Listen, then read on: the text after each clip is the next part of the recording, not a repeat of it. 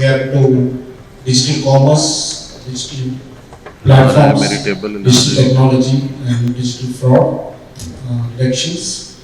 This is our specialties, and mainly we have been trying to experiment AI in the e-commerce segment, especially with our line base, studying for predicting the sales, performance of the ad campaigns. We also have a customer data platform which segments use AI technology, which helps us to determine the customer predictability of what we are using and the sales. Okay. Yeah, I am Bhaskaran, Chief Technology Officer of Dubai Technology. So we are mainly the mobility sector, where whatever moves in the vehicle, in the road basically, we used to connect and collect the data and harness the data with an AI technology. That is our core focus area, what we used to do. So I am in this industry for the last 26 years, and I'm most focused on this particular mobility sector. Thank you. Thank you. Ali?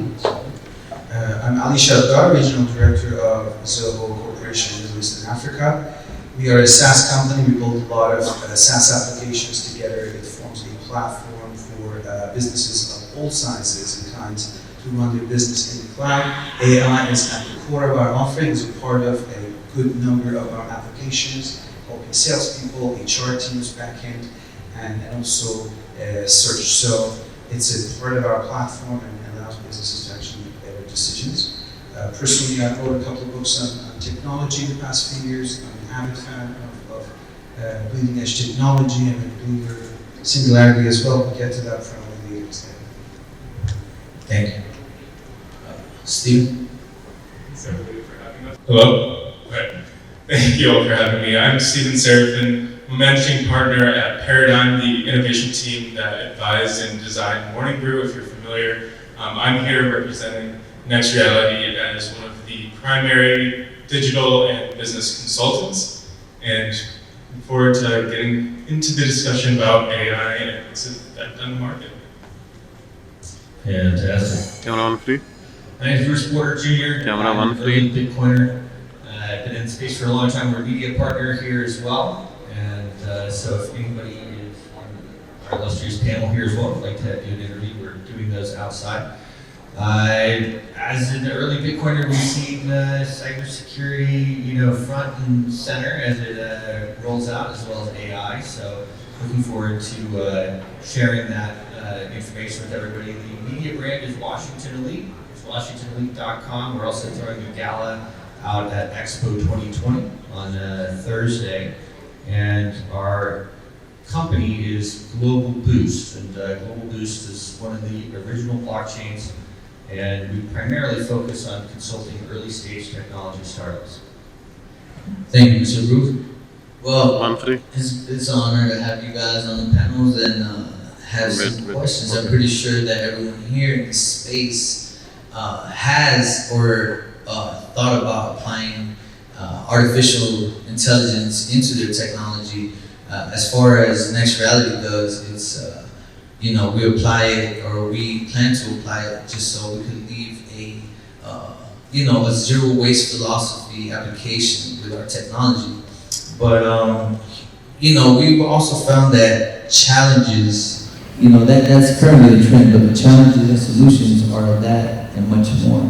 So one of the questions that I have today, and I'm pretty sure people would want to hear about it, would be, and this question is going to be to you, Stephen. Tell us about your experience or work with artificial intelligence. What are some trends that we should pay attention to? Yeah, absolutely. Taking it back a little bit, I believe it was Ahmed Allah who brought up that there are some inherent biases in the market that we want to be able to address and ease immediately, but also this is one of the markets that you absolutely have to build trust in your market, and that is spot on, or in your audience, I should say. And that is spot on, considering, I apologize, but it's always been a very polar topic, right? From its conception, we always wanting to find a tangible, a marketable, right, and a trackable result for the digital experiences that we have. Okay, all the digital problems that we're facing, we want a marketable solution, right? And so this allows us to let machine learning focus on everything that the human persona can't efficiently handle, right? And it lets humans make sure that we can focus on everything that AI and machine learning can effectively do. We are at a time in our world that we can truly evolve, that we can take that, all of the machines, let them do what we really can't. Or to bounce off of that we shouldn't, or we can, but I feel that just, as people, we could probably be doing more by creating, developing, and tending to more important matters. Totally in agreement. Baksharan, your opinions on that? Yeah, as I mentioned, since we are into the mobility sector, we used to collect hundreds of thousands of data on daily basis through various sensors. It can be vehicle-based sensors or any sensor related to the environmental-based sensors. So what are the sensors data has been collected so far? Okay, so enormous data is coming into the system. So what we do with the data, that is what the first question, why we are moving towards an AI. So when we started thinking about harnessing these data, so then we started, okay, so let us do some component of AI component related to this particular industry where we can able to bring data, what are the data we have collected, use the data in a different ways. There are certain use cases we have thought of it, and we have started implementing those use cases also.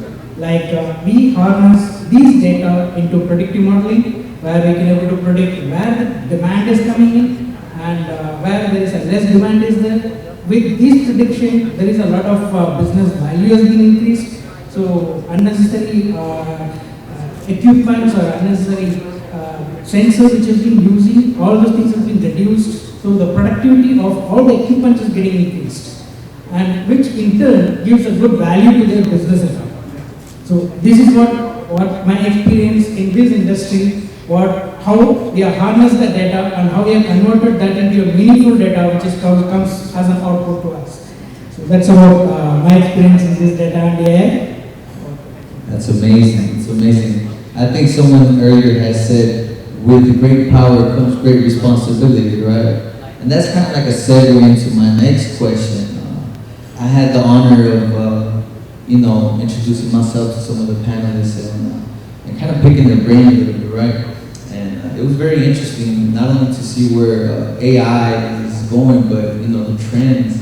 So one of the other things that came up, and this is for you, Ali. There are mixed opinions about AI and the problems we face. What are some of the current challenges and proposed solutions, if you will? I'll look at it from a human perspective and divide it into three areas: pop culture, business culture, and the ethics. From a pop culture perspective, today our treatment of AI is either fear or a lot of fantasy. Either we are afraid of AI that is going to come and take over our jobs, or worse, take over the world, and let's say the media is actually amplifying that. The fantasy is also over-glorifying what AI is capable of doing as of today, or how we romanticize robotics. So this lack of knowledge needs raising more awareness across the community and the society. From a business culture perspective, there is a lot of myth that is mixed with the reality of, again, what are the current applications of AI, what practically is possible, and what is the roadmap. The roadmap is amazing, but what we have today is, in practical sense, there's a lot of myth around it. So again, this challenge can be addressed massively by educating the executives from a top-down approach, and then it goes across the organization. And my favorite part, ethics.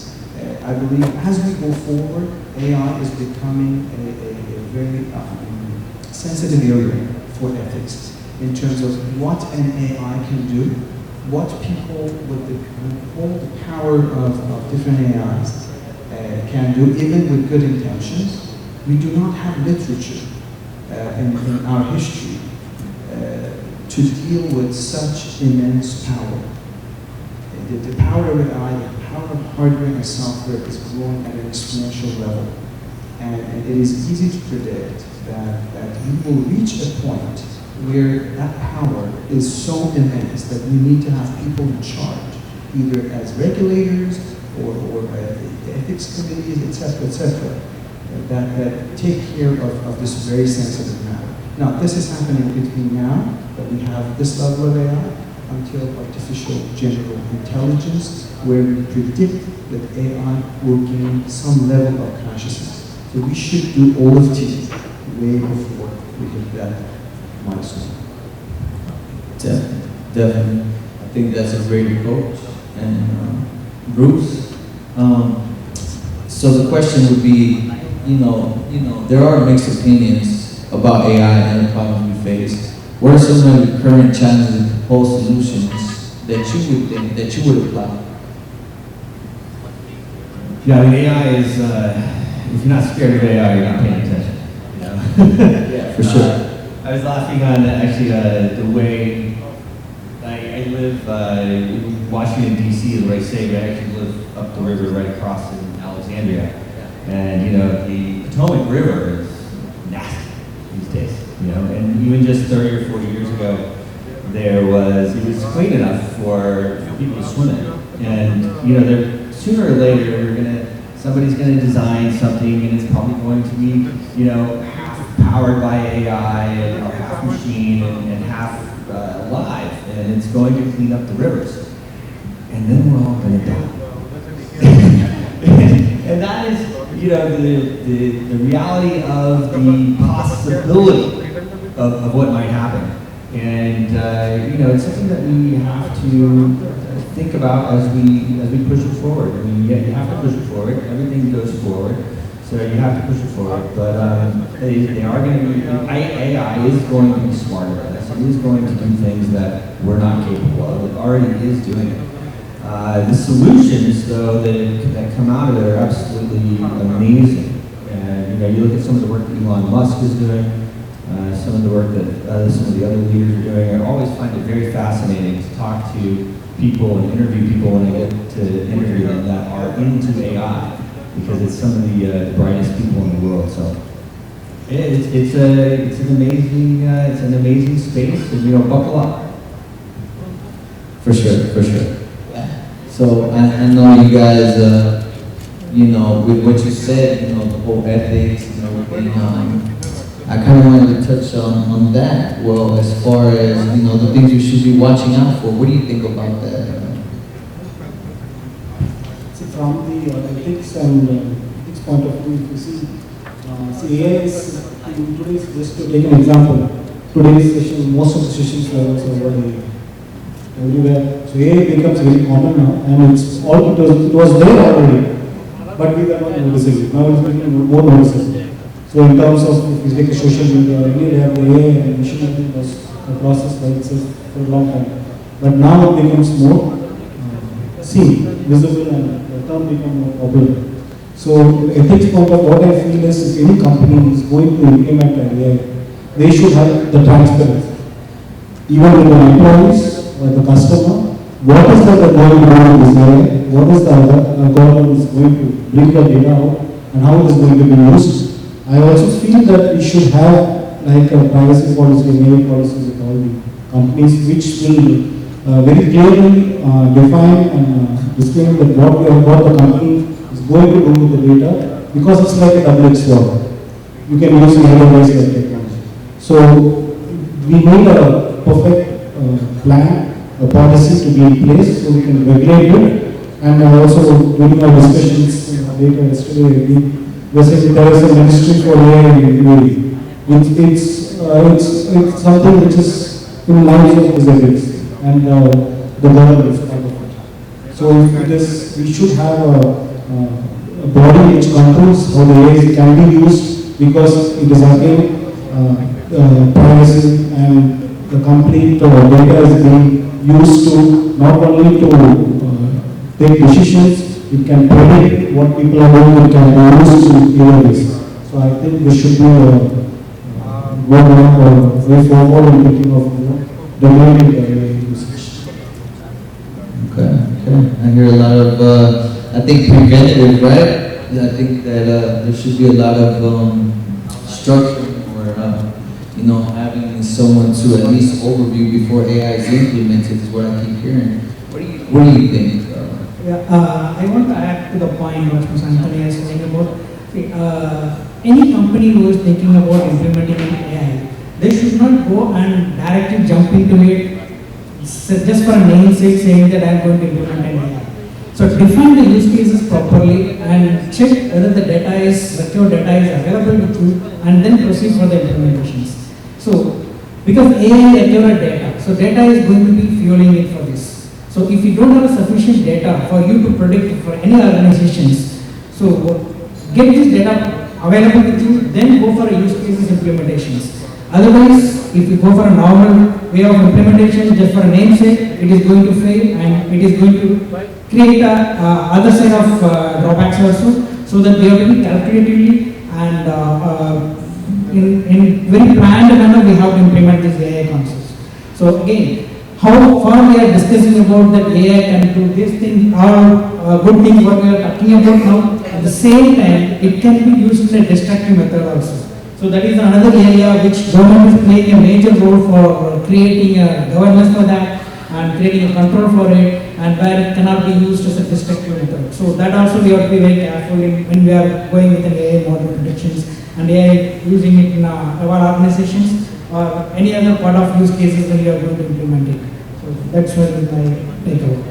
Well, that's interesting you say that, because AI is basically, it's predicting people's movements, right? Kind of like anticipating which we need, what we could have, what we're missing, right? Now imagine for next reality, we would be using AI, so we could, only create what's needed. First of all, to leave a zero waste, approach, or zero waste philosophy. But with AI, we could also implement sales, right? We could implement and then also create what only people want and what they need. We're not looking to mass produce and store and provide logistics and all these other things that just is going to be wasteful, right? So we want to make sure that we predict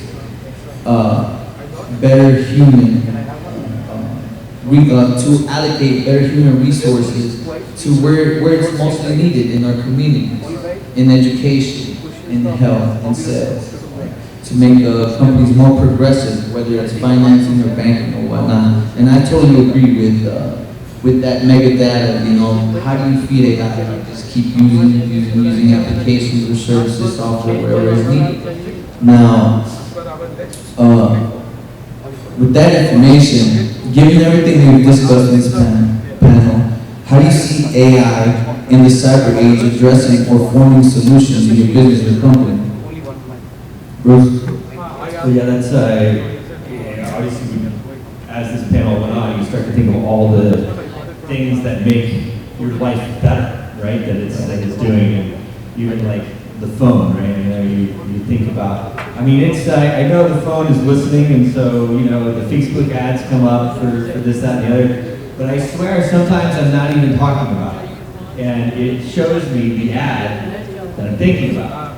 And that's just one of the ways, of course, that happens when you're booking different types of flights, your travel, what you prefer. I feel like AI is also being implemented in all types of supply chains, as a matter of fact, in groceries that we buy. So the benefits are tremendous. They are tremendous.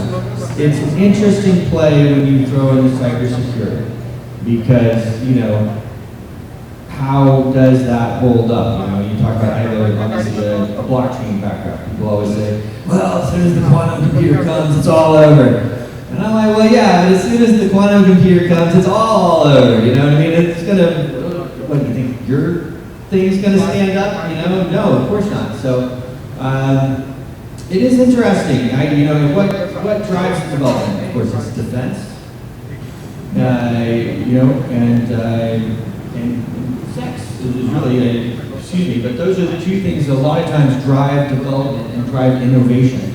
And so we really need to have the best defense system. I don't think we need to worry about the other one so much, but have the best defense system, have the best defense department, and really have control as much as we can. That kind of sounded like you could have AI hackers, right? Yeah. So I was watching this one program, and it was they fed AI to create new ice cream flavors, and they gave it like 1,000 flavors and all that, right? And it would create things like garbage cream, and just nasty things, right? Because it didn't know, like it was kind of like a bias thing towards the computer, right?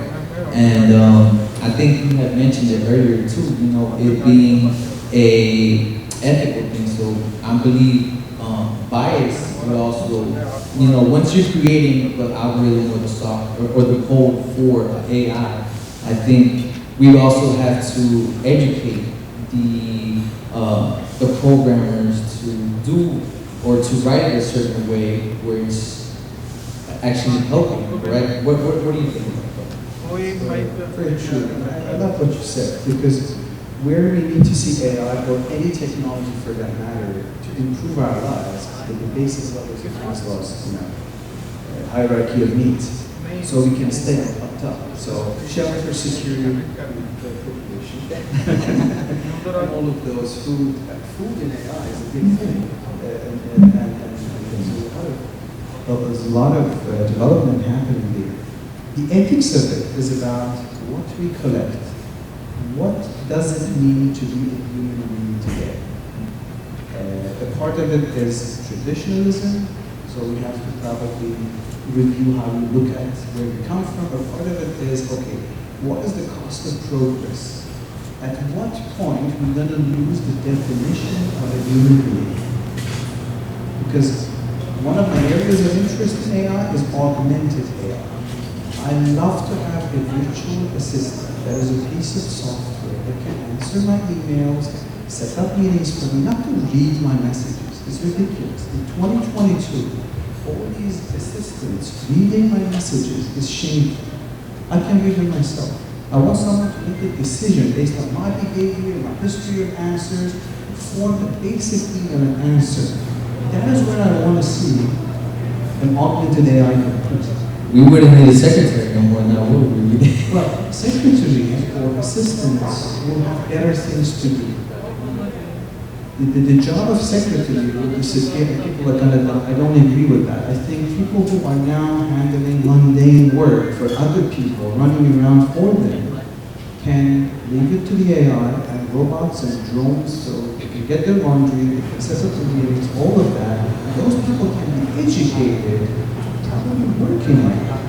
There's, they're super intelligent people who choose that work for whatever reason. So I think augmenting ourselves, hacking our bodies. We started doing this 1,000 years ago when we invented spectacles or started fixing our legs and brains and stuff. So we are hacking our bodies for such a long time. Why don't we do it with our modern lives? So I think that's the area. Just quickly on the ethics part. Again, it's really going to be a big challenge to regulate this. It's so much power to tap into. So we just have to make sure everybody's aware of it. Our regulators are younger, not 85 years old. In big countries, large countries that are making decisions for the rest. So, and stuff like that. Yeah, please. Yeah, if I may, I love that. That is great. So we're, one of the things that's emerging right now is the metaverse. And of course, there's been metaverse in different forms for quite a while now. But the augmented reality is a way that people are experiencing the metaverse. And yeah, absolutely, man. So what's going to happen is, in the very near future, I can tell you, I will probably, actually most likely, I can tell you 90-something% exist in the metaverse long after I'm gone. And you know, that's really something else. And that is a huge innovation. And you're going to be able to talk to me. I'm going to answer, and the answers whatever the algorithm is thinks that I will answer it. And that's going to develop too. And so this blurring of reality and not reality and human and not human we're at the beginning of this right now. And it really is so exciting. And if you could think of even just like the way Gmail takes your spam out. So that's a very simple algorithm, right? But it's answering for you. This is trash. Okay, this is important. And we're going to expand on that as before. Okay. Yeah, to that addressing and adding to his point, nowadays everybody in this room, without knowing, they will be using some component of AI. As Mr. Ali mentioned, it is when somebody is reading the mail, which is like an automated system is reading a mail, and the personal text what you want to respond, it is going down. And as you mentioned it previously, all of us used to remember our numbers with the friends, families, everybody mobile number or telephone numbers what we used to remember. So we used to remember that. But now, if you see that, it's all in the fingertip. Even though if it is in the fingertips, it doesn't remember us. Okay. There is something, some technology is feeding us. Hey, this is your number. And so we are just casual talk we are doing it with the technologies now. So that is what the evaluation is coming in now. At the same time of evaluation, the personal things, how much we are losing our personal thing is another point. That's what is pointed out by him. So it depends upon the person who is going to take it up. It's like I'm going to tell, okay, I'm going to leave it to board to answer all my mails. And if you leave that, what you are going to do? So there is a human touch, which going beyond that control. So it depends upon the person to person which has to be taken it up and which has to be avoided. So it's all lies in our hand. So even though we have been tagged it and we have been unknowingly we are using it many things, but still we have to have a control on it. That's it. Okay. Bruce, yeah, it looked like you had. The whole space is pretty awesome. So. One quick thing about the awesomeness of the space and where we are today in the history of humanity is once again we're reaching a philosophical debate. We started this when we discovered the stars, where we are in the universe, is the Earth round. We had this stop points a few times in our history where philosophy and science started helping each other and the lines were blurred. So if metaverse is about to happen, a lot of people say yes, a lot of people say no. If something even close to metaverse is going to happen, this is a very big philosophical debate. I think we should really focus on that part of the thing. And it could answer a lot of things for our future generation. And that's a great point. The reason for that is because we are actually metacognitive, next reality. No, I mean, you gotta think about it. You gotta just take advantage of you're either gonna stay stuck behind in the same old way of thinking, or you could actually do something about it, whether it's AI or megadata or whatever it is, and construct it to a way where it's gonna be a useful tool, right? So, with that being said, I mean, for us, our main thing is just the betterment of humanity. Yeah, I can't stress that enough, right? Because if you want to see the next person do good and you just want to better people's lives, I mean, that in itself, I believe the word ethics, and no matter what culture, where you come from or anything like that, if you want to better a person, then of course, that in itself is ethics. And if we're able to project that in our AI, because AI is what we teach it. AI is the information we put in it, and it's just a tool. Again, a tool I feel that we can use for the betterment of society, humanity as a whole. I would like to leave some time also for anyone that has any questions or and maybe, you know, some of the experts here on AI, if you guys have any questions, feel free to ask whenever and interject whenever you feel free.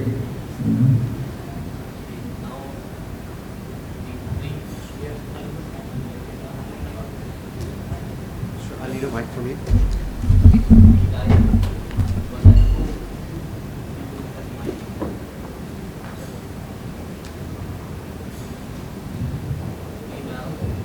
Hello. Sorry, I'm going to ask a very stupid question. See, 20 years back, we used to have a website where, you know, website development was a very big part, done by big companies only. But now, any freelancers can do that. What about AI? It's still for, you know, big organizations only, or you think that freelancers can also work on AI and deliver to the normal people as well? Has it gone to that level yet? That's still a, you know, big thing. Anyone, like you are the expert. I know, I mean, like these kind of questions can be easily found in Google, but again, you won't find a chance to have so many, panels who are, expert in AI. If I understand your questions correctly, you are expecting that any freelancers can develop any AI component and release it out? Exactly. Is that correct? Exactly. Okay. This is again a tool what we are talking about. It's a tool, and the algorithm is not going to be built by the individual persons. There are standard algorithms are available. So with that algorithms, on top of it, what the case you are building up, it's all depends on you. So it's not that okay, only corporate can build. Even a person who knows about how to use the algorithms can build it up as small components. So which can be put in and then it can be used. So there is no big organization is required as such to build these small use cases for AI components. But if you are looking for a bigger use cases, yes, then it's not possible for freelancers. It can be corporate only can able to build it up and release it out.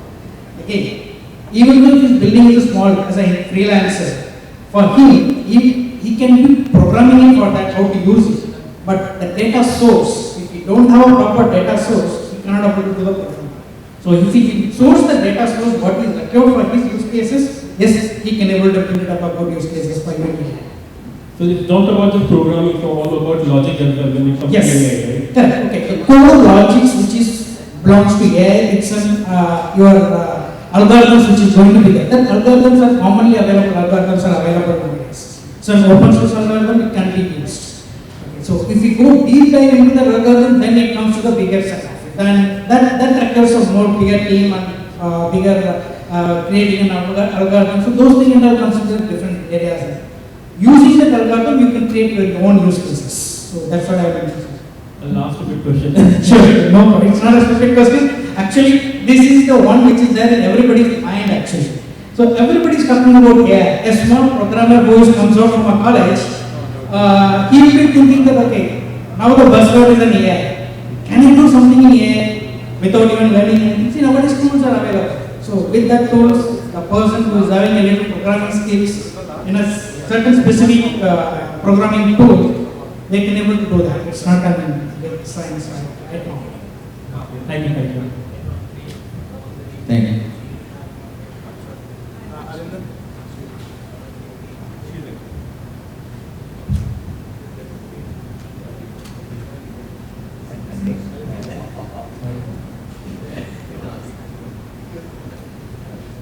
I have a very philosophical question. As you said that there is a philosophical debate going on AI.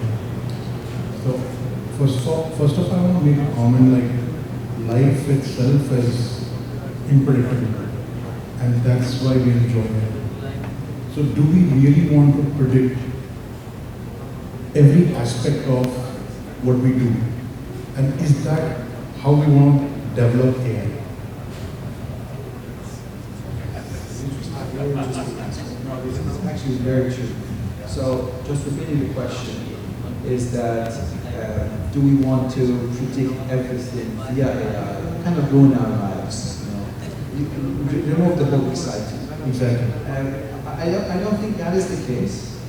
And if it is the case, imagine in the future we have such technology that we can see into the ball and see what's going to happen and where we're going to die and all of that.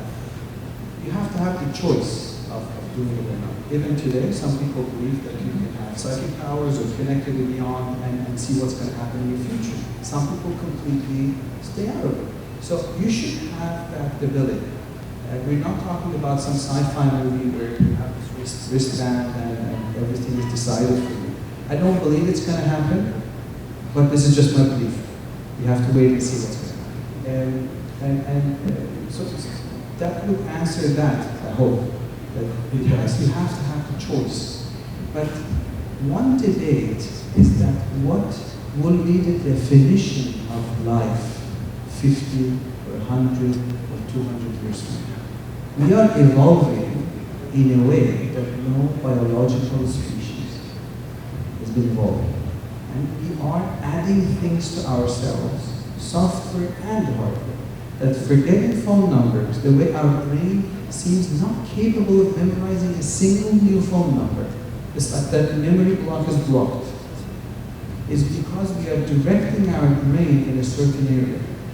The way you see your 3-year-old, your 2-year-old, intuitively swipes and taps. We did not have this. It's, call it evolution, slow evolution, and I think with AI it's going to be way, way more different.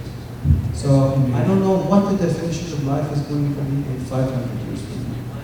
Indeed, and that kind of segues to commoditization of AI, and that kind of scares a lot, because the moment AI becomes an easy commodity that you could just tap your card and buy a product out of it, it's really going to be something that someone will govern our choices after that. You could see that happen in social media, and that's very scary. Just want to make that point. It could be very scary. Just give one sentence and then probably the other speakers can contribute. It is scary, but recently, probably in the past 10 years, I don't really remember when, it was discovered that our brain makes decision microseconds before that actually we think we make that decision. I'm doing this, my brain has made its decision microseconds before I thought about moving my hands. And this is probably a reflex. I might reach out to water, but my brain had made its decision. This is scientifically proven. This is not a myth. So, commoditizing AI, as in we're going to tap the card, we could reach a point where AI makes decisions for you. Siri and other assistants could lead, today actually, Facebook. If you're a regular Facebook user, Facebook knows your most intimate interests more than your spouse and your own mother. Okay. It is. Yes. In these chats, it actually reveals so much about you. And Snowden talked about it, and he didn't fry the U.S. government that bad, but he alluded to it. And that is that the U.S. government has programs, and they follow our chats and everything, and they believe that they know what we're going to do before we do it. They're probably right. Yeah, to answer your question from my side also, you told very clearly, and your question also is right. See, as a personal level, you don't know what is going to happen in future. That is why you are happy now. Right? That is for the personal level. Right? If you try to apply AI to this, then you are going to be a failure. So, because if you know something is going to happen tomorrow, it doesn't work for you, and you will be living now with the fear of what is going to happen next. So, wherever it has to be used, it has to be used. At the same time, the business front, because AI is talk about more towards the business more than the personal side of it. Apply this AI for a business front to predict how is your business is going to be tomorrow. But don't apply for your personal life. At the same time, if you see around as Facebook and everything, they are going to tempt you saying that, okay, this is what you want to do it. But again, it's like in your hand whether you want to accept that or not. It's an AI prediction is happening, but as a personal one, it's left to your hand. So that is why you have to segregate between a personal as well as the business, then apply AI, then it will be a best for you. Thank you. Just like to add, see, this also can be governed using the, we talk about ethics, there should be a control body which to what extent AI can be used. And on the note of personal level, I'll be happy if AI predicts that I am going to get a harmful. cancer next 2 years, if I know now personally, definitely I'll be more happy for that because I can do it. So in business, as he told, business is something which is more important. AI is being focused on the business areas. I can give you a case study like we are been experimenting a lot on e-commerce side on the AI. So we used a tool. What happens is, if you know about how the Facebook advertisements work, the paid advertisements, Facebook and Instagram by itself use a lot of AI and machine learning to show your target audience based on the targeting options. So this tool, what happens, but still you need to have the capacity or you need to have the capability to learn what the metrics being provided by the campaigns to optimize your campaigns. So that most of the people don't have. So this tool, what happens is connected to your Facebook and Instagram page. It reads the campaign's result of Facebook and it decides which product to promote, which customer is interacting with more. So it takes a decision and starts running its own campaign and it gives you a predictable sales. And we offered new customers the e-commerce for small scale business, small business people to guarantee of 100 sales within the 90 days of launch of e-commerce. So we were able to do it. So this is something on the business side. So the personal side, actually it's like a knife. You can use it to cut vegetables or you can use it to so it's up to you what you need to use it for. Okay. Thank you. That was an awesome question. I think we have a few more questions over here. So you mentioned ethics, right? And I think you mentioned ethics, right? And I think the main problem today when it comes to AI is coming up with a real definition of what is ethical. And we know today that AI is not ethical. And especially because we feed it a lot of data, our data is not objective because if you want to look at crime rate, if you want to look at different things, it automatically makes biased decisions based on things that have occurred, which makes it unfair to certain type of people. So I let you. So kind of like to piggyback off of what he said to your question, AI is predictive, and would I want to find out if tomorrow I drove my car a certain way, would I die? I probably wouldn't get in the car that day, right? I'd avoid that. So you could use it for a tool, again, ethically, either good or bad. It's just like a weapon of any kind. This is where the lines, I think, Bruce, you had said, whether it was reality or virtual, and it starts meshing into everything because you're mixing what's tangible and what's not. And when you start letting things or people or whatever the case may be make decisions for you, you start losing control at that point. And you give up that control of a decision making to something or someone else. So I don't think nor governments, nor companies, nor an individual person ever wants to lose control. In their right mind, I don't think they would want to lose control. So if they're doing the right thing ethically, right, I don't think it should be an issue. I mean, we're, at the end of the day, whether we like it or not, AI is here. AI is here to stay.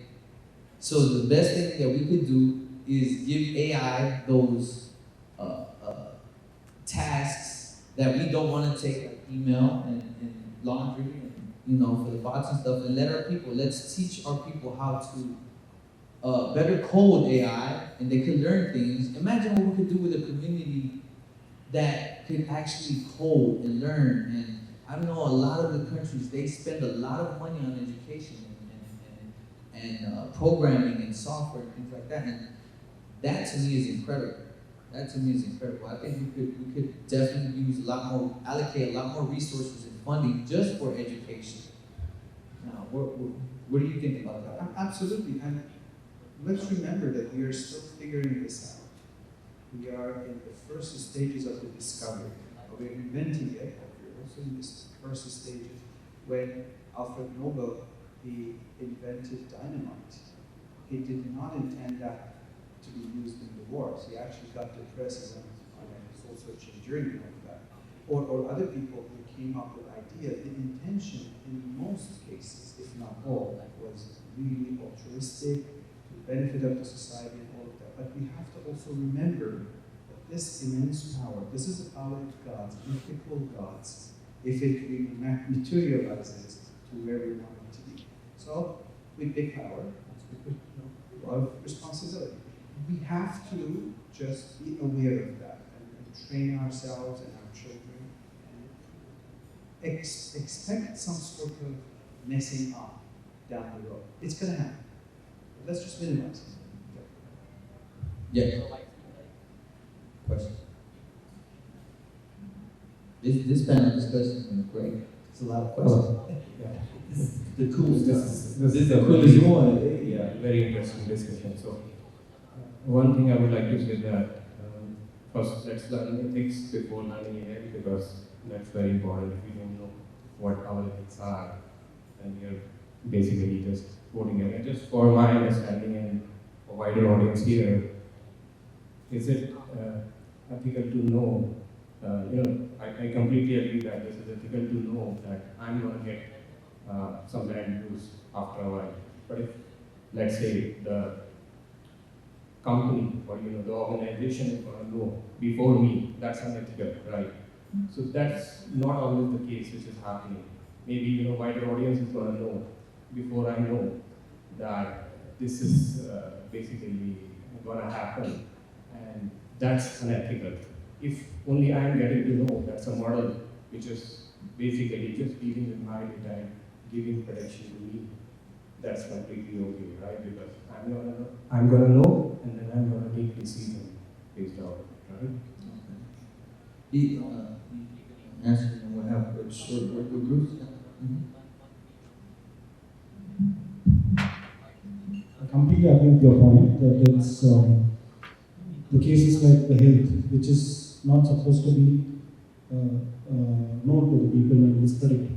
See, if you see the current scenario, so even a physician, the doctor, his professional ethics is not to disclose anything about the patient to others, right? But for him to diagnose that something is there, he needs to take all the diagnosis reports to know it, right? So if a physician can know this in much advance based on your past records, that there is something like this could happen in future, still the professional ethics of the doctor is going to stay the same. Which I am trying to say is this is where we have to have regulatory and controls in place, like who can use this, who can have access to this of the patients. Not everyone will have know that I'm going to get something after a few years. It's only that there should be regulation for that. For AI being used in healthcare, will have its own policies. For example, there is HIPAA, which is is being how the data of patients are stored. So it may come. This will be part of the HIPAA maybe later.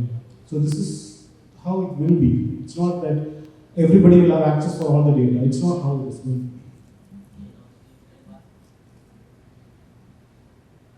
Kind of quick. Yeah. Hello? Yeah. The ethics thing is it's obviously a very important point, and something that everybody is interested and worried about. It's going to be exploited a lot, and we can just try our best, really, to do our best. Okay. Well, quick example. This is happening right now without the AI.